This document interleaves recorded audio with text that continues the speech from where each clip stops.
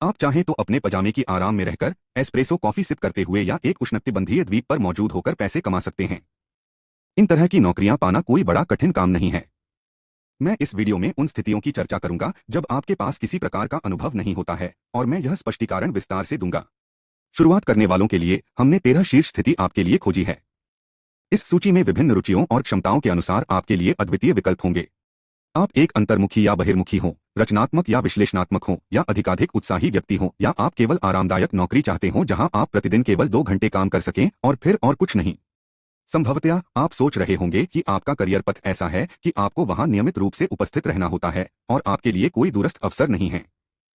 मुझे स्मरण है कि मैं भी ऐसा ही सोचता था क्योंकि मैं एक फार्मासिस्ट था। मैं कुछ साल पहले एक फार्मासिस्ट के रूप में काम कर रहा था और मेरी नौकरी वास्तविक रूप से उत्कृष्ट थी। हालांकि जब विश्व में खांसी की महामारी फैली तब मैं बहुत ही परेशान हो गया। मेरी नौकरी में तनाव का अनुभव होने लगा। वह मेरे लिए एक चक्रव्यूह बन गया जहां मैं हर दिन 12 से 13 घंटे फार्मेसी में व्यतीत करता था और मैंने देखा कि दुनिया बंद हो गई थी। मैंने महसूस किया कि मेरा यात्रा करने का सपना जो मैंने बचपन से देखा शायद कभी सच न हो सके। सही है ना? मुझे हमेशा का मौका नहीं मिल सकता है, इसलिए मैंने दूर स्थित कार्य के लिए अवसरों की खोज शुरू कर दी ताकि मैं अपने फार्मासिस्ट के नौकरी को जारी रख सकूं और मेरे सर्वश्रेष्ठ मित्र जॉन गुजर के साथ प्यूर्टो रिको में रह सकूं। यदि आप ऐसी स्थिति में हैं जहां आप एक दूरस्थ नौकरी नहीं पा सकते हैं तो यह हानिकारक हो सकता है, लेकिन यह शायद इसलिए है क्योंकि आप में उन कौशलों की कमी है जिनका उपयोग आप दूरस्थ रूप से काम करने में कर सकते हैं। खराब लगे लेकिन यह एक ईमानदार यथार्थ है।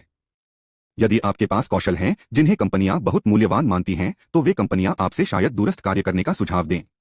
इसे एक अवसर मानना चाहिए जहां आपने मूल्यवान कौशलों का अध्ययन वहां किया है जहां सभी जाते हैं और भीड़ का पालन करने के बजाय आपने और अधिक चयनित पाठ का अनुसरण किया।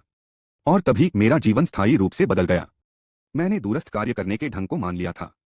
मैं कभी भी पुरानी कार्यशैली की ओर नहीं देख सकता जिसमें मुझे किसी ऑफिस या क्लिनिक में काम करना पड़ता था।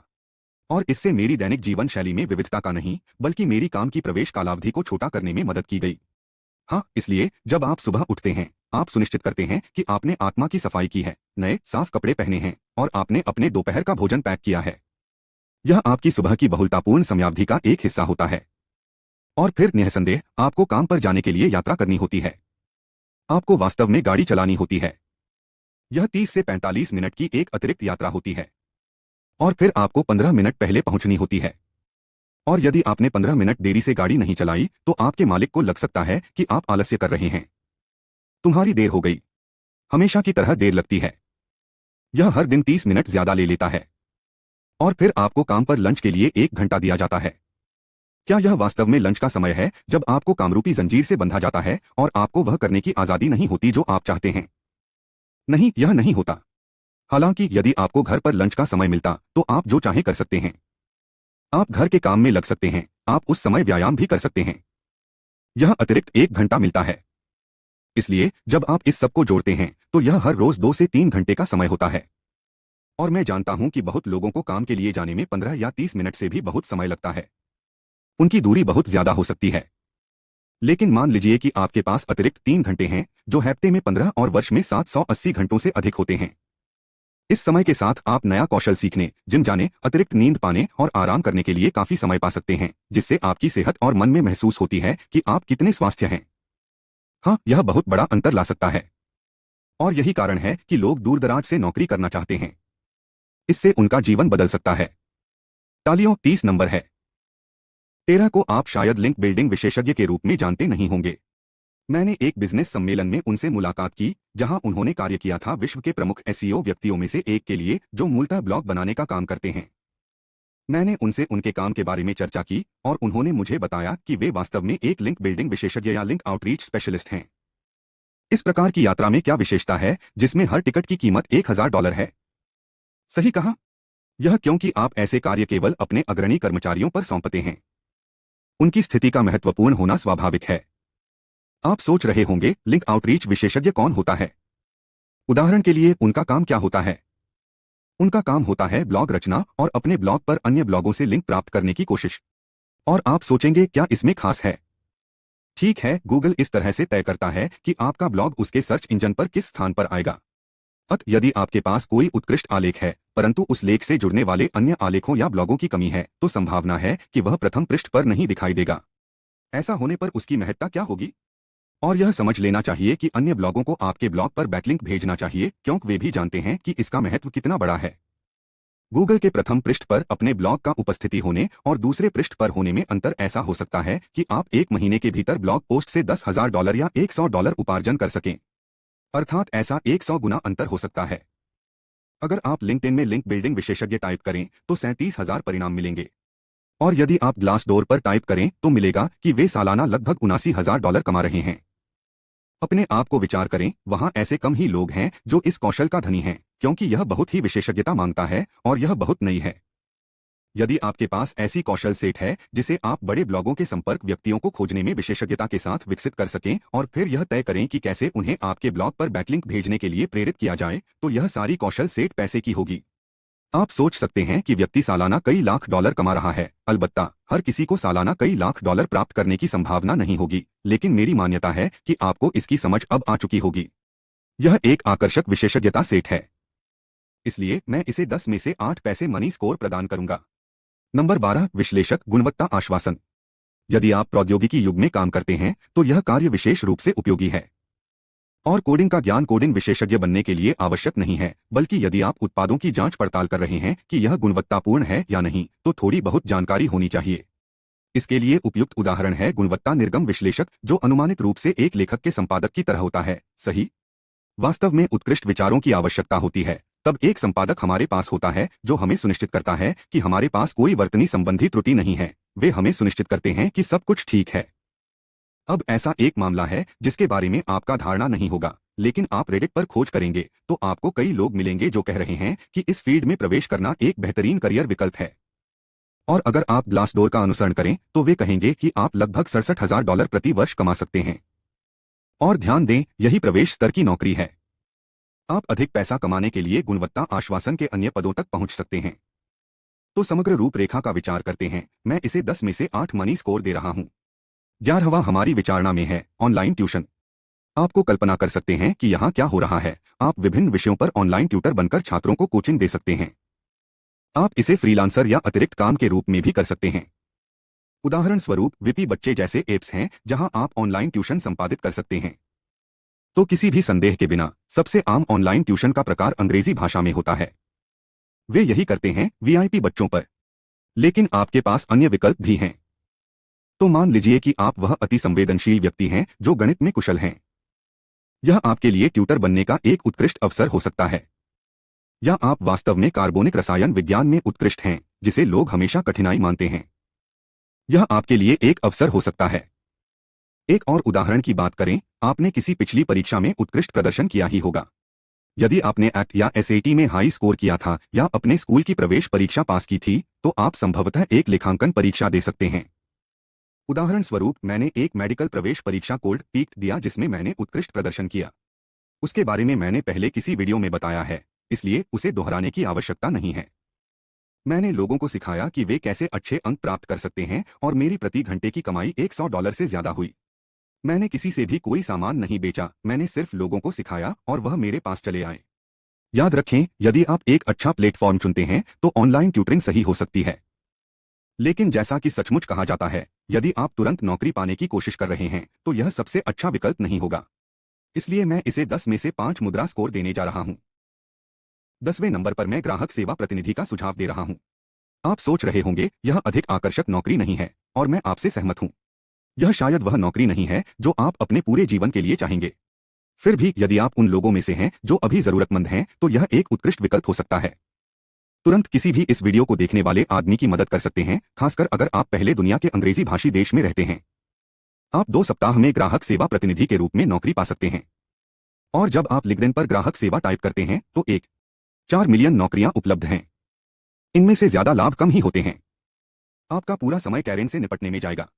इससे आपको कुछ संचार कौशल सीखने को मिलेंगे। लेकिन सच बात यह है कि जब आप बुनियादी संवाद कौशल समझ लेते हैं, इसके बाद आप बहुत कम ही कुछ नया सीख पाएंगे। जबकि इस सूची में कई अन्य नौकरियां हैं जहां आपको महत्वपूर्ण कौशल सीखने का मौका मिलता है, जिसका उपयोग आप अपने जीवन के विभिन्न क्षेत्रों में कर सकते हैं। इसलिए यदि आपके पास तत्पर नौकरी पाने की आवश्यकता है तो यह एक अच्छा विकल्प हो सकता है। हालांकि संक्षेप में मैं इसे 10 में से 5% अंक देने वाला हूं। 9वां स्थान डिजिटल मार्केटिंग का है। डिजिटल मार्केटिंग में कई प्रकार की प्रारंभिक स्तर की नौकरियां हो सकती हैं, जैसे कि आप कंटेंट मार्केटिंग में काम कर सकते हैं।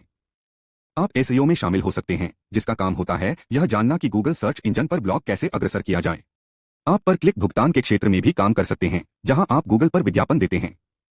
आप एक कॉपीराइटर के रूप में काम कर सकते हैं, जिसका काम होता है लिखित रूप में विपणन करना। हाँ, मैंने इसके बारे में इस चैनल पर विस्तारपूर्वक चर्चा की है। लोग जो अपने करियर पथ के बारे में सुनिश्चित नहीं हैं, लेकिन वे सिर्फ कुछ आजमाना चाहते हैं, उनके लिए यह एक अच्छा विकल्प हो सकता है। डिजिटल मार्केटिंग को 10 में से 10% श्रेणी मिलती है। एक प्रकार की मार्केटिंग का जिसे मैंने अंत में नहीं गिनाया, क्योंकि मेरा मानना है कि इसकी महत्ता सूची में अन्य के मुकाबले कम है, और वह अगला प्रकार है जिसका मैं उल्लेख करूंगा, वह है सोशल मीडिया प्रबंधन।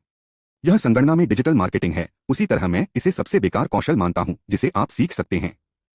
यह जगह वह है जहां आप सोशल मीडिया पर सामग्री डालते हैं और उस पर टिप्पणी करने वाले लोगों के साथ जुड़ते हैं। ग्लासडोर के अनुसार आप इस नौकरी में प्रति वर्ष लगभग $52,000 कमा सकते हैं।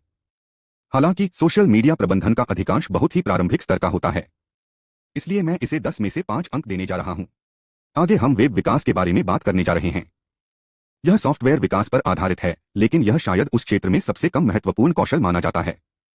और हाँ, यह वही है जैसा लगता है। मूलतः आप वेबसाइटों के लिए कोड लिखने जा रहे हैं। सॉफ्टवेयर विकास से संबंधित सबसे खुशनुमा तरीका यहां बताया गया है। यह वास्तविक में काफी अच्छा हो सकता है, लेकिन सच यह है कि यह सीखने के लिए सबसे आसान है और इसलिए बहुत सारे लोग इसमें शामिल होते हैं, लेकिन फिर भी यह अभी भी बहुत अच्छा है और इसमें अपना पैर जमाना सामान्य रूप से कोडिंग का प्रारंभ लगता है, इसलिए मैं इसे 10 में से 8% अंक देने जा रहा हूं। अगला क्षेत्र कंटेंट लेखन है। इसमें वास्तव में बहुत व्यापक पर्यायवाची शब्द हैं। कई अन्य प्रकार की सामग्री है जिसका महत्व निर्माताओं की वृद्धिशील अर्थव्यवस्था के साथ लगातार बढ़ रहा है। आपने शायद मिस्टर बीस्ट जैसे निर्माताओं के बारे में सुना होगा, जिन्हें अपने ब्रांड के लिए $1 अरब का प्रस्ताव दिया गया था, जिसे उन्होंने इनकार कर दिया, कहा कि वे 10 अरब से कम कुछ भी नहीं स्वीकार करेंगे। और सच्चाई यह भी है कि 10 बिलियन भी उनके लिए शायद कम ही है। इतने अन्य स्वतंत्र निर्माता हैं जिन्हें सैकड़ों लोगों के सामुदायिक समाचार नेटवर्क से अधिक दर्शक मिलते हैं। मुझे यकीन है कि मैंने पढ़ा है कि मिस्टर बीस्ट को एक सप्ताह में विश्व कप से अधिक बार देखा जाता है। ऐसा ही है ना? मिस्टर बीस्ट नामक क्रिएटर को दुनिया के सभी सबसे प्रसिद्ध खेलों से भी कम दर्शक मिले। और ईमानदार तौर पर हम अभी भी निर्माता अर्थव्यवस्था के प्रारंभिक चरण में हैं, रचनाकारों को अपेक्षित भुगतान तक नहीं मिला है, सही है। तो ऐसे समाचार नेटवर्क हैं जो हर साल करोड़ों डॉलरों की कमाई करते हैं, फिर भी उनके दर्शकों की संख्या उन निर्माताओं से कम होती है जो सालाना 100, 200 या 3 लाख डॉलर कमाते हैं। लेकिन अब यह बदलाव आ रहा है। ब्रांड व्यक्तिगत निर्माताओं से साझेदारी कर रहे हैं और उन्हें अधिक और अधिक लोगों को काम पर नियुक्त करने की जरूरत है। सामग्री लेखन जैसी कौशल अविश्वसनीय ढंग से महत्वपूर्ण बन रही हैं। और उन लोगों की कमी है जो इस तरह की कौशल रखते हैं, जैसे YouTube के लिए स्क्रिप्ट लिखना। अगर आप सचमुच इसमें कुशल हैं, तो आप निर्माताओं की मदद कर सकते हैं और शायद उनसे इसके लिए अच्छा कुछ पैसा पा सकें, क्योंकि यह कौशल दुर्लभ है, लेकिन जैसा कहा गया है, इसमें महारत हासिल करना मुश्किल है। और यह किसी हद तक एक अतिरिक्त व्यवसाय, फ्रीलांस प्रकार का कार्य है। इसमें पूरी नौकरी की संभावना हो सकती है, लेकिन यह ठोस रूप नहीं ले पाया है। डेटा एनालिटिक्स अगला, यह अत्यधिक विश्लेषण संवेदनशील लोगों के लिए है जो चीजों को संगठित करना पसंद करते हैं। कॉलेज जाने के बिना डेटा एनालिटिक्स में जल्दी आने की कई कहानियां हैं। ग्लासडोर के अनुसार डेटा एनालिटिक्स के पेशेवर लगभग $71,000 प्रति वर्ष कमाते हैं। और इसे सिर्फ एक प्रारंभिक स्तर का कार्य याद रखें। यह केवल पहले स्तर की नौकरी है जहां आपका सफर शुरू होता है, पर बाकी कुछ अधिक आय प्रदान करने वाली भी हैं।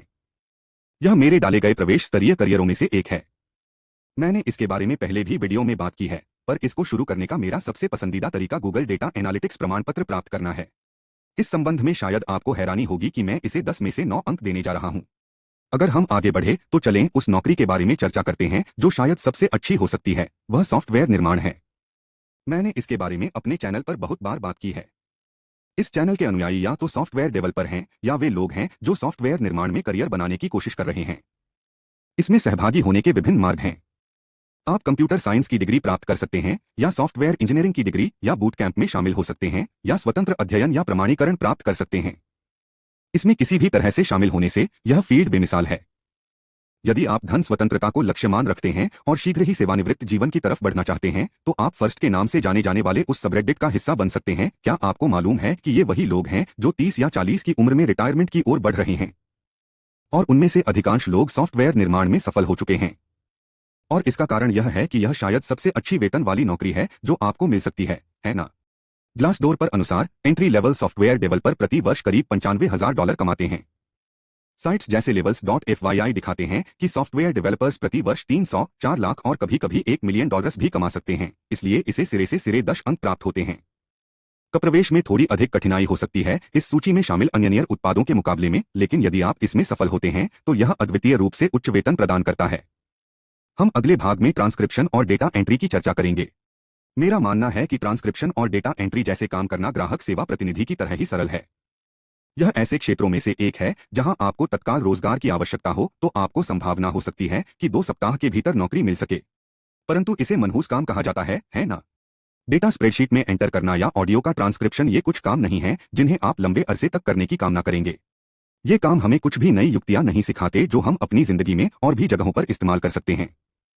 लेकिन यदि आपको सच में काम करने की जरूरत है तो ऐसे काम मानो ट्रांसक्रिप्शनिस्ट एक गुड विकल्प हो सकते हैं। जैसा कि ग्लासडोर का डाटा दिखाता है, वो लगभग $41,000 सालाना कमाते हैं।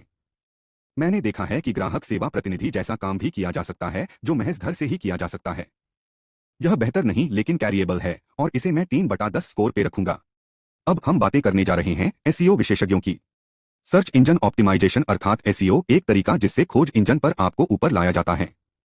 जब आप कीवर्ड टाइप करते हैं, इससे यह सुनिश्चित होता है कि आपका ब्लॉग पोस्ट सबसे पहले आए, लेकिन इसके लिए खाली अच्छी सामग्री लिखने से ज्यादा चाहिए। आप ब्लॉग पर बैकलिंक बनाएं या बहुत कुछ और करें, पीछे इसकी एक पूरी कला और विज्ञान है और जो लोग इसे समझते हैं वे अच्छे पैसे कमा सकते हैं। मैंने देखा है कि एसईओ उन हाई कमाई वाले व्यवसाय तरीकों में से एक है जिसके कारण चाहे आप ब्लॉग के लिए काम कर रहे हों या अपनी ब्लॉग चला रहे हों, आप अच्छे पैसे कमा सकते हैं। ऐसे कि आप यह सक्षमता सीख रहे हैं, उसके लिए पैसे मिल रहे हैं और फ्यूचर में यह व्यवसायी बनने में भी आपकी सहायता कर सकता है। लेकिन सीधी बात है, एसईओ की जानकारी होने से आसानी से नौकरी नहीं मिलती और यह सीखने वाली कला ऐसी नहीं है जो आसानी से सीखी जा सकती है। इसलिए मैं इसे 7/10 दूंगा। और अगले सेक्शन में हम देखेंगे सपोर्ट सेंटर, जिसकी मैंने चैनल पर विस्तृत चर्चा की है। प्राथमिकता से यह सूचना प्रौद्योगिकी के क्षेत्र में प्रवेश करने का सबसे सरल मार्ग है। यहां आपका काम होगा बुनियादी इंफ्रास्ट्रक्चर के संबंध में लोगों के कॉल का उत्तर देना, चाहे वे कंपनी के व्यक्ति हो या ग्राहक। ग्लासडोर के मुताबिक यह नौकरी सालाना लगभग $52,000 कमाई का अवसर प्रदान करती है। हालांकि यह कम लग सकता है, लेकिन ध्यान दीजिए कि यह एक प्रवेश स्तर की नौकरी है। डेटा एनालिटिक्स में काम करने के लिए कई विभिन्न विकल्प उपलब्ध हैं, जिनमें से कुछ के लिए आपको अधिक पैसे देना पड़ेगा। हाल ही में मेरे वाणिज्यिक सहयोगी और मैंने कुछ लोगों को इनमें से कुछ जॉब्स प्राप्त करने में सहायता की है, किसी को 10 दिनों में तो किसी को 14 दिनों या 1 महीने में। वास्तव में इन नौकरियों में प्रवेश पाना बहुत ही सरल है। भावी काल में प्रौद्योगिकी से संबंधित आपको और भी बेहतरीन जॉब्स मिल सकती हैं, जिसे हम 10/10 रेटिंग देते हैं। हालांकि मैंने हाल ही में गूगल के टॉप 5 प्रमाणपत्रों के बारे में एक वीडियो बनाया है, क्या यह उनमें से कोई है? इसलिए मेरी राय में आपको इसे जांचना चाहिए।